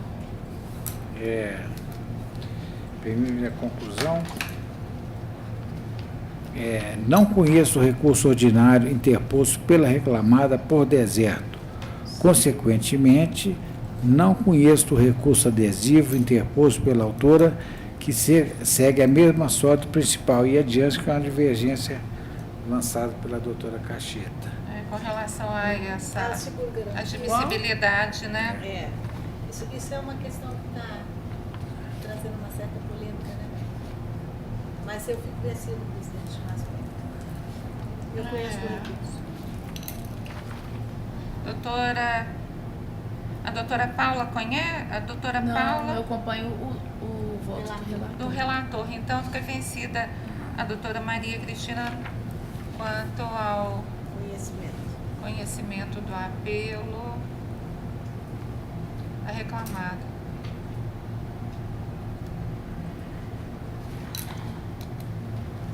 Lá na SDI eles estão já começando a alterar o entendimento também, mas eu continuo com esse entendimento. Tem recente decisão, acho que da terceira turma, né, do TST nesse aspecto. Mas guardar, né? Consolidar. Porque tem uns que dão, outros não. Pois é. Mas essa questão desse seguro garantia, realmente a lei não especifica nada, não detalha. Então fica muito vago, né? Só assim, prevê a possibilidade, mas existem todas as dúvidas na praticidade disso, né? De levantar. Pratificação disso. Concretas, né? É uma série de burocracia para... Pois é. Então, realmente... Porque a lei de seguros, o que eu, pelo menos, vi, o que está sendo fundamentado, é que a lei que normatiza a questão do seguro garantia, de seguros em geral, ela não prevê esse seguro de forma ilimitada temporalmente falando, né? Todo seguro tem, segundo essa lei, teria uma temporalidade. Então, o que eu vi da decisão fundamentada do TST, dessa terceira turma, é uma decisão ainda isolada de uma das turmas do TST, é no sentido de que se a lei não prevê essa necessidade de especificar temporalidade para garantia da apólice, quando da admissibilidade do recurso, se a apólice está em vigor, é o que eu entendi, deve-se conhecer no recurso. E a questão da garantia da execução será determinada posteriormente. Mas mas na essa prática, como é que faz? agora a liquidez também é um problema, Liquidez. né? Pois é. Não é só a Outra questão só da alvará, temporalidade, porque há uma série de requisitos na apólice que comprometem a liquidez. Eu acho que, na verdade, a deficiência vem no texto de lei. De que nada adianta. Exatamente. Mais explícito com Teria relação a que isso. ser uma apólice apropriada para esse tipo de garantia e não, né? E há apólices que realmente cumprem esses requisitos, né, que a jurisprudência está criando, porque a lei realmente não fala, né, do lapso temporal, da liquidez, não colocando nenhuma cláusula que condicione o pagamento. Mas várias a gente vê que mas têm sido aceitas. O seguro, o valor do seguro é ínfimo. Ínfimo? É ínfimo. Acho que é R$100 e poucos reais, ao passo que... É o que se paga. É o que se paga. Então, o que está acontecendo? Eu já vi parte, quando o processo é distribuído no gabinete, distribuído, Paulo Sérgio Correia Filho, sabe que eu tenho esse entendimento de não receber. Eles vão e fazem o depósito de recurso desse terreno, então tem que receber. Normalmente eu dou prazo, Eu né? também penso igual. Eu dou prazo. Eu também dou prazo para poder regularizar. Se não regulariza, Aí eu também penso. O senhor não está dando prazo, não? É isso. Tanto é que está acontecendo isso. Eu dou prazo. Eles veem que ele já espontaneamente já foi distribuído depósito, por mim, para mim, sabe, não dou prazo e deposito o dinheiro. Aí a empresa fica pagando mensalmente, o senhor falou R$100 e poucos reais, fica pagando mensalmente nesse valor ínfimo. Não, a pólice é seguro. Não, é um paga. A pólice, o valor ínfimo. Irrito. Bom, então assim se decide, observada o registro da divergência da doutora Paula. Não, sou eu não. Da doutora Maria Cristina. Senhora presidente, teve caso também da própria reclamada ser a própria seguradora. Uhum. Que eu me lembro, doutor Paulo. Nós já tivemos esse caso aqui. É mais complicado. Mais complicado. Seguinte. Processo de relatoria desembargadora Paula Oliveira Cantelli, número 21, da Sala das 13h06, o ROT 10.757.97/2017. Votam a juíza convocada Maria Cristina Diniz Caixeta, desembargadora Denise Alves Horta. Inscrita a doutora Ana Carolina de Souza Dias, pela segunda recorrente reclamante ausente. Doutora Paula. Essa conclusão é enorme, mas vamos lá então. Conheço o recurso ordinário interposto pelo réu e do recurso interposto pela autora. No mérito, dou provimento parcial ao recurso do réu para reconhecer a prescrição quinquenal em relação às horas extras, declarando prescritos os créditos anteriores a 1º de junho de 2012. Dou provimento parcial ao recurso da autora para reconhecer a competência dessa especializada para julgar o deferimento de eventuais parcelas deferidas nas contribuições devidas a Previ. Afastar a sua condenação em honorários de sucumbência. Determinar que a contagem dos novos anuênios seja feita a partir de 1999, sem prejuízo da prescrição quinquenal quanto à condenação em pecúnia. Quanto a este período imprescrito, deverá haver contribuição para Previ. Esclarecer que o VCP constitui parte do VP e, portanto, deve ser incluído na base de cálculo dos anuênios.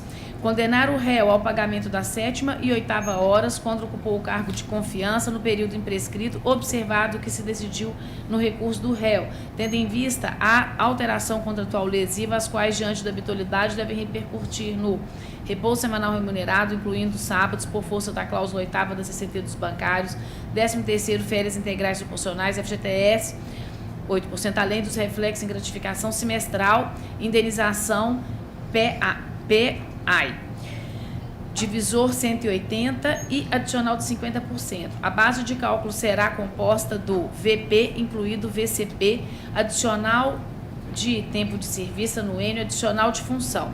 Por compor parte da remuneração do empregado, haverá incidência no salário de participação da Previ, conforme artigo 28 do respectivo regulamento, observado o artigo 66 quanto às gratificações semestrais. Condenar o réu ao pagamento de 15 minutos a título de horas extras, tendo em vista a violação ao artigo 384 da CLT, com os mesmos parâmetros e reflexos definidos no tópico anterior. Deferir os reflexos das horas extras em abonos, assiduidade e licenças-prêmio, convertidos em pecúnia e indenizadas.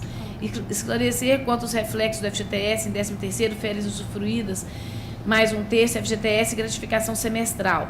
Determinar a observância do IPCA-E a partir de 25/3/2015. As parcelas deferidas horas extras possuem natureza salarial e deverão incidir as contribuições previdenciárias e fiscais determinadas na sentença, ressalvados reflexos em verbas indenizatórias, como férias indenizadas, indenização PA e, por exemplo, custas no importe de 3 mil, calculadas sobre o valor da condenação, hora arbitrado em R$150 mil. Pois não. Doutora Maria Cristina. Senhora presidente, eu queria até pedir vênia à doutora relatora, eu estou acompanhando quase na integralidade o voto dela. A minha questão se restringe, eu fico vencida na questão do marco prescricional, porque eu mantenho o mesmo estabelecido na sentença, e também por uma questão de coerência com relação à incompetência da Justiça do Trabalho para os repasses à Previdência Privada. Pois não, eu vou pedir vênia divergência e acompanhar integralmente o voto da relatora. Então, proclamo que prevalece o voto da relatora, vencida parcialmente a juíza Maria Cristina nos aspectos por ela elencados. E assim se decide.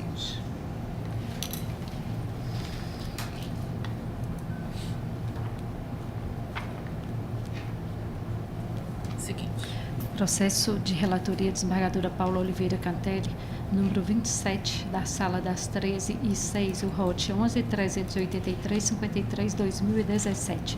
Votam a juíza convocada Maria Cristina Diniz Caixeta, desembargadora Denise Alves Horta, inscrita a doutora Poliana Nogueira Cação Quilbicalho, pela recorrida reclamada presente. Boa tarde, doutora. Boa tarde, Tudo bem? excelência. Tudo, e a senhora? Tudo bem. Doutora Paula Cantelli. Boa tarde, doutora. Acuso recebimento de memorial. Não conheço da impugnação aos documentos coligidos com a defesa, por se tratar de inovação em ciência cursal, estando preclusa a manifestação. Conheço do recurso aviado e, no mérito, nego-lhe provimento. É a conclusão. Aguardaria eventual divergência? Por favor, excelência. Pois não, doutora Maria Cristina. Integralmente de acordo, presidente. Eu também estou de acordo, unânime, então nos demos o voto da relatora. Muito obrigada. Prazer revê-los. Prazer. Boa tarde, doutora. Tudo de bom para a senhora. Obrigada, tchau.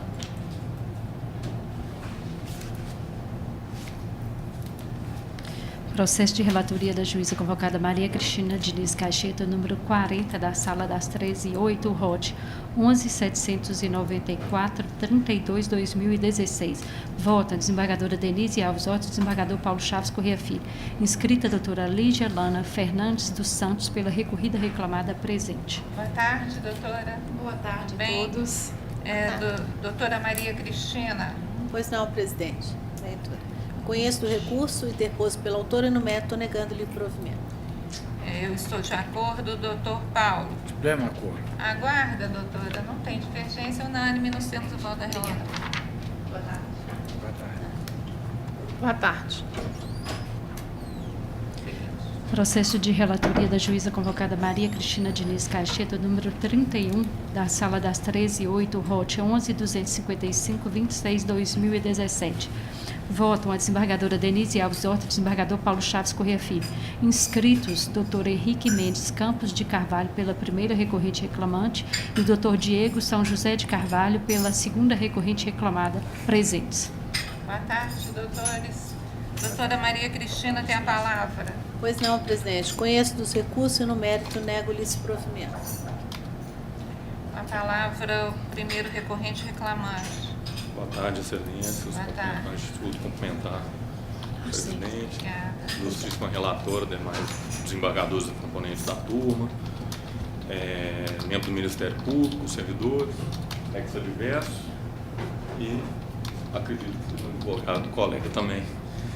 Excelências, em que pesa o entendimento que foi manifestado em sede de primeiro grau, que deferiu inclusive o vínculo de emprego entre as partes, uma corretora de imóveis e uma consultora e uma imobiliária, e agora também com o voto da ilustríssima relatora, algumas nuances nesse processo fazem com que a gente deva analisar alguns documentos juntados nos autos.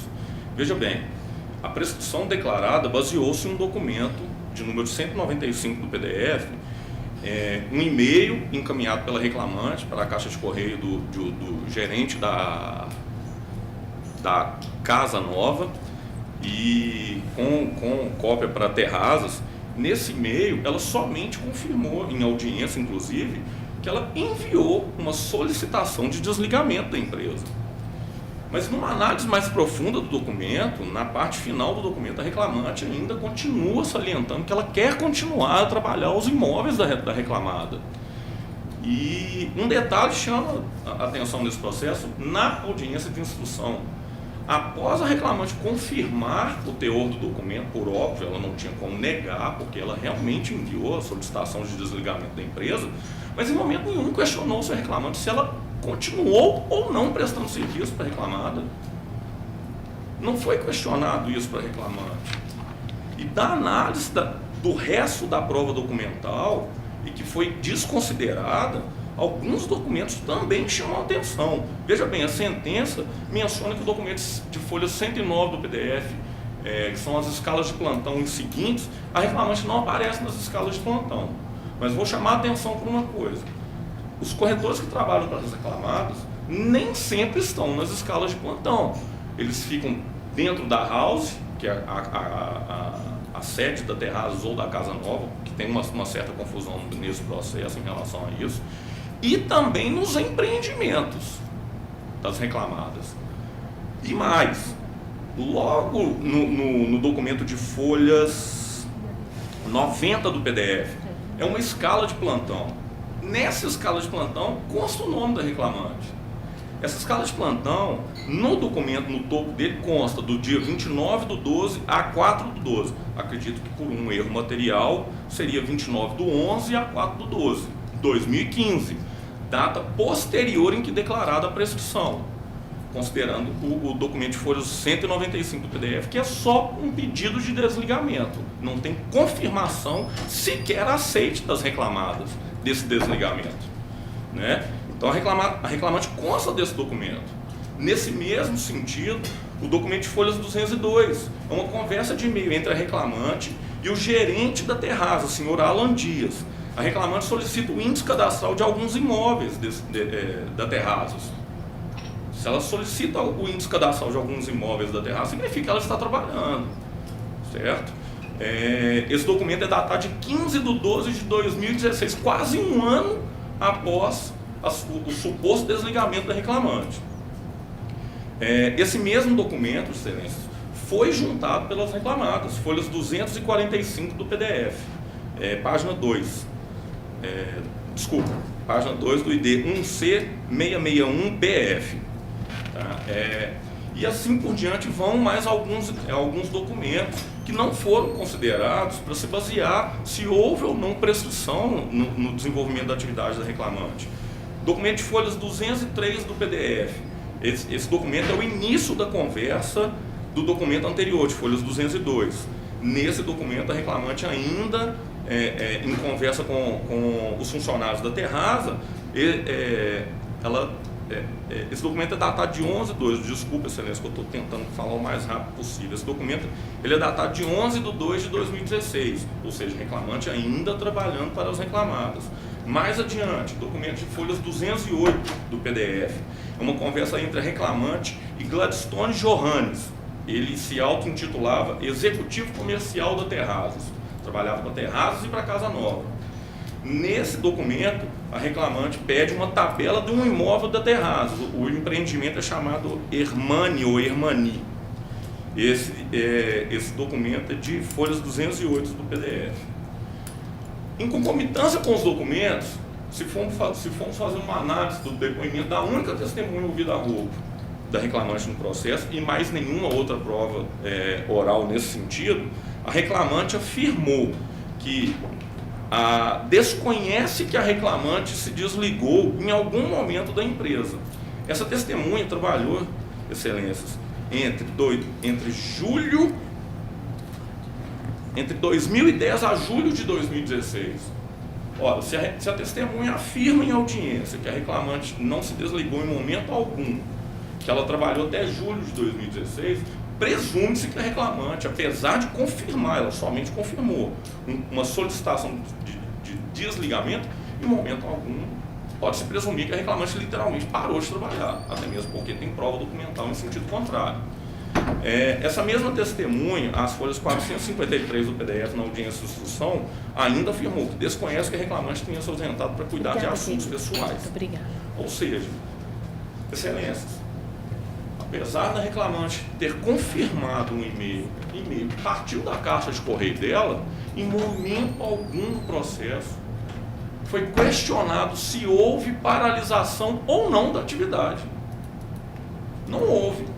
Pela análise da prova documental, não houve. A reclamante continuou vendendo produtos da reclamada, sob ingerência da reclamada, cumprindo horários, até mesmo constando de uma tabela, de uma escala de plantão.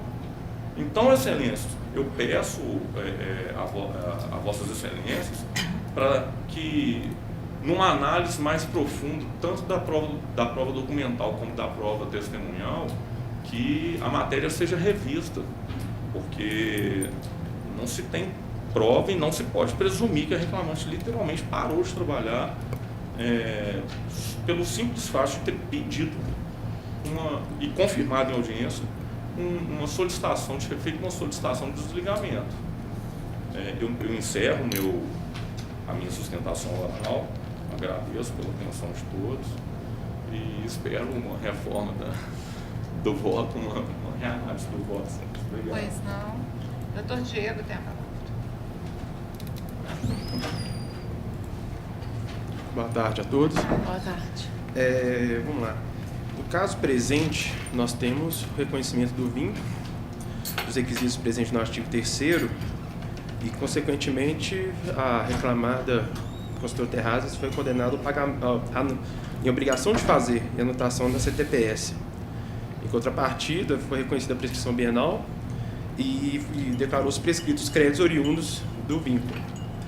O que eu vou tentar demonstrar aqui é que da inexistência dos requisitos para fins de obrigação de fazer, no sentido de que a prova documental e tanto a prova oral estão em consonância. As provas produzidas e anexadas nos autos vão no sentido de que a reclamante, ao longo de todo o processo, vendeu, negociou unidades imobiliárias de outras construtoras de outras imobiliárias.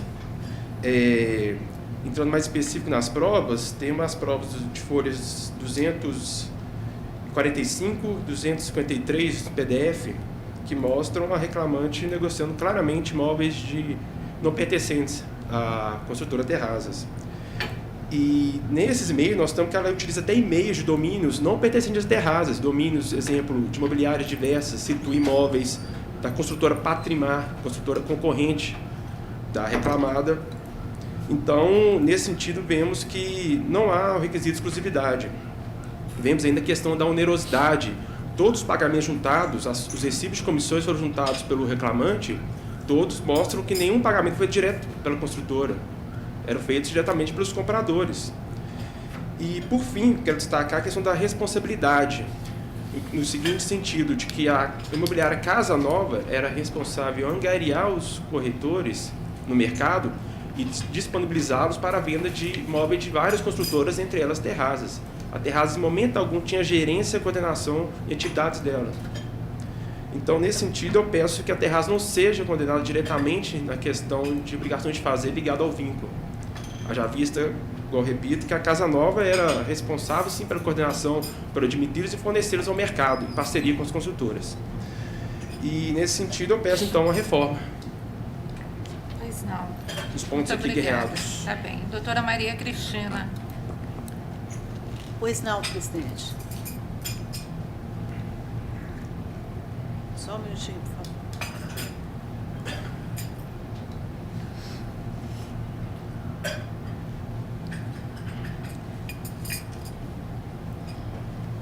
Obrigada.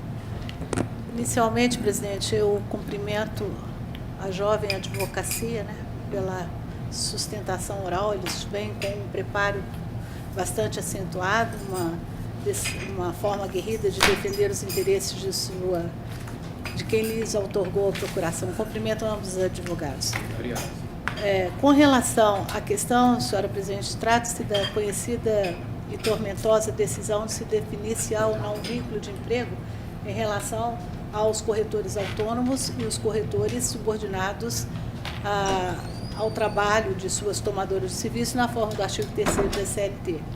Aqui, no caso dos autos, além da prova documental ser bastante volumosa, a prova oral, uma única testemunha ouvida no processo a rogo da própria reclamante, foi o suficiente para delinear a questão da subordinação jurídica, ao mencionar de forma clara o juízo no sentido de que havia uma organização de horários de trabalho e havia um cumprimento de metas feita pelo então gestor da reclamada, conhecido como senhor Gladstone.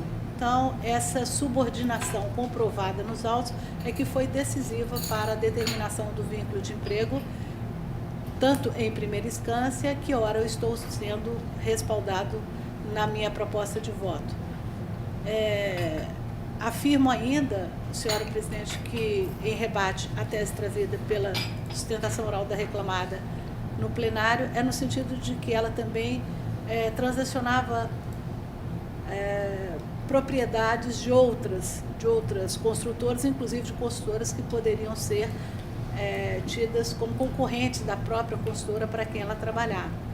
E é consabido que o vínculo de emprego não requer essa especialização ou essa exclusividade. Obrigada, presidente, já havia perdido a palavra. E essa exclusividade, ela podendo um fazer para outra se não houvesse incompatibilidade de horário de trabalho, que não restou comprovado nesses autos.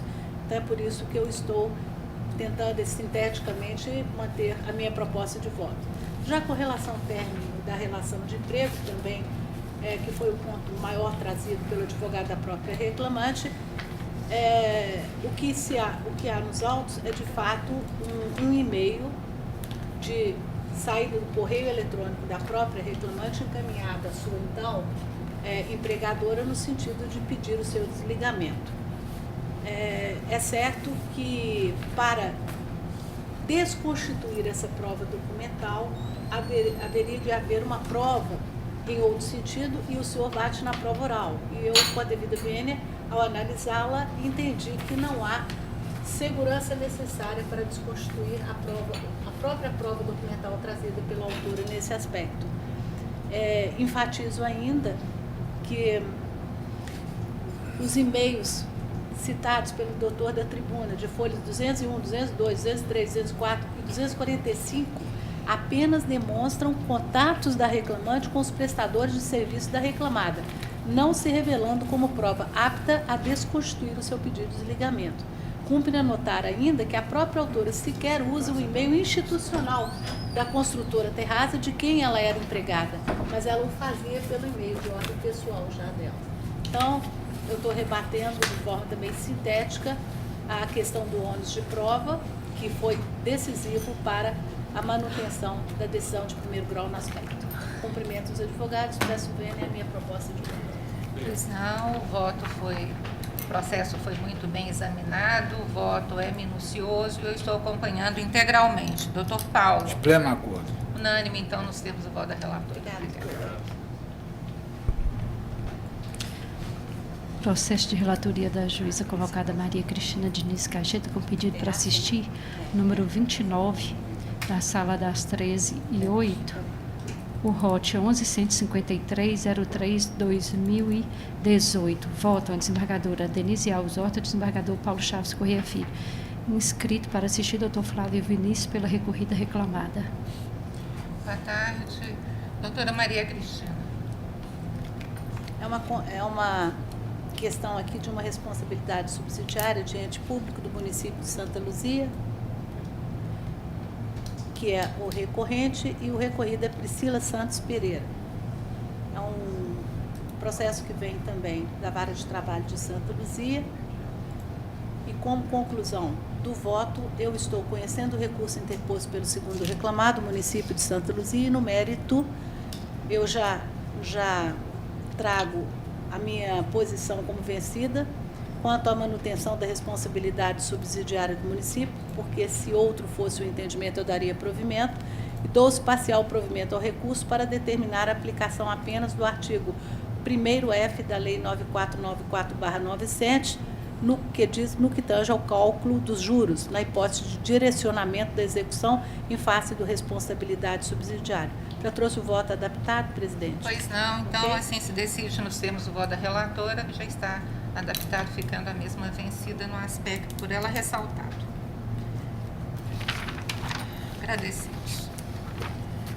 Bem, então terminamos a pauta de sustentação oral do PJE. Passaremos às divergências, né? Tem os adiados da semana passada? O adiado está aqui na divergência. Ele é o... Não tem. Então,